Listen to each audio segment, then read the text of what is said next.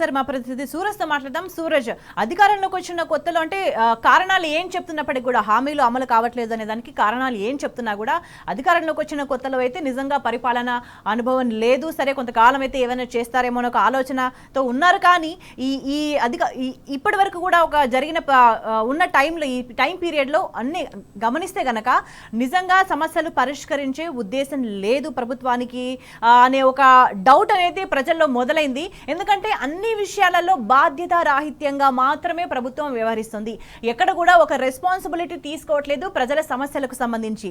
అంటే ఇదే పద్ధతి కొనసాగిస్తూ వస్తుంది కాబట్టి ఇంకొక కీలకమైన డౌట్ వస్తుంది. అంటే ఇప్పుడు అప్పుడు అని కాదు, ఎప్పుడైనా సరే ఈ ప్రభుత్వానికి ప్రజా సమస్యలు పట్టించుకోవాలి, ప్రజలకి ఇచ్చిన హామీలన్నీ నెరవేర్చాలి అనే ఉద్దేశం లేదా అని అనుమానం కలుగుతుంది.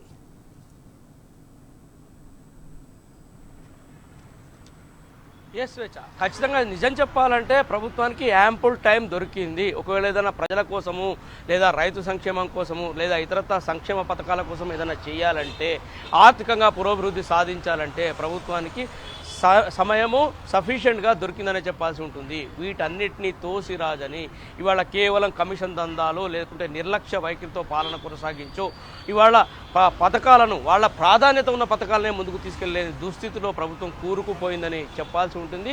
ఇందుకు తాజా ఉదాహరణ రైతు భరోసాను తీసుకోవచ్చు. క్యాబినెట్ సబ్ కమిటీ అని కాంగ్రెస్ ఏర్పడి మొదలైన వెంటనే ఒక సబ్ కమిటీని వేసిన విషయం తెలిసిందే. ఈ సబ్ కమిటీ నివేదిక ద్వారా కేవలం 82 లక్షల ఎకరాలకు మాత్రమే ఈ రైతు భరోసా అందే విధంగా ఒక నివేదిక ఇవ్వడము, 20 లక్షల మంది లబ్ధిదారులకు కోత పెడుతూ నివేదిక ఇవ్వడము, అలాగే వచ్చే సీజన్కు ఏం చేయాలనే దానికి సంబంధించి కొన్ని అబ్రప్ట్గా సూచనలు చేస్తూ నివేదిక ఇవ్వడం, ఈ నివేదికను పూర్తిగా చూడకుండానే క్యాబినెట్ ఈ రైతు భరోసాపై నిర్ణయం తీసుకోవడం, ఇట్లాంటివన్నీ కూడా వివాదాస్పదంగా మారుతున్నాయని చెప్పాల్సి ఉంటుంది.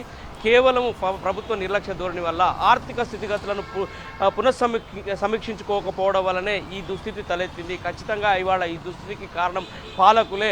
వాళ్లలో ఒక దార్శనికత కొరబడిందనే చెప్పేసి ఒక ఆరోపణ చాలా స్పష్టంగా విశ్లేషకులు వినిపిస్తుంది. ఈ నేపథ్యంలోనే అటు కాంగ్రెస్ హైకమాండ్ కూడా ఇక్కడ కాంగ్రెస్ను రాష్ట్ర ప్రభుత్వాన్ని హెచ్చరించిన పరిస్థితి కనిపిస్తుంది. ఒక సర్వే నివేదికను తెప్పించుకున్న హైకమాండ్ కేసీ వేణుగోపాల్ అంటే ఏఐసిసి ప్రధాన కార్యదర్శి కేసీ వేణుగోపాల్ చాలా స్పష్టంగా ముఖ్యమంత్రిని ఇతర మంత్రులను కూర్చోబెట్టి రాష్ట్రంలో ఏం జరుగుతుందని చెప్పేసి మందలించిన పరిస్థితులు కూడా తలెత్తాయి. ఈ నేపథ్యంలోనే అసలు పథకాలు ఖచ్చితంగా చిత్తశుద్ధితో ఒళ్ళు దగ్గర పెట్టుకుని అమలు చేయాలి. ఇప్పటివరకు మనం సాధించింది శూన్యం, ప్రజల్లో వ్యతిరేకత మూటగట్టుకుంటున్నాము, మా సర్వేలో ఇది తేలింది, ఇదిగో మా సర్వే నివేదికలు ఇలా ఉన్నాయి, సంక్షేమ పథకాలు ప్రజల్లోకి వెళ్ళడం లేదు, సంక్షేమ పథకాలను అమలు చేయడంలో ప్రభుత్వం వైఫల్యం చెందుతుంది, ఇట్లాంటి నివేదికలు మాకు వస్తున్నాయి, ఖచ్చితంగా ఒళ్ళు దగ్గర పెట్టుకొని మీరు పథకాలను ముందుకు తీసుకెళ్తే కానీ కాంగ్రెస్ గండం గట్టెక్కదు అనే ఒక వార్నింగ్ కూడా అధిష్టానం నుంచి ప్రధాన కార్యదర్శి కేసీ వేణుగోపాల్ నుంచి వచ్చినట్టుగా మనకందున్న సమాచారాన్ని బట్టి తెలుస్తుంది. ఇదే విషయాన్ని సీనియర్ మంత్రులు కూడా ఆఫ్ రికార్డులో కోట్ చేస్తున్నారు.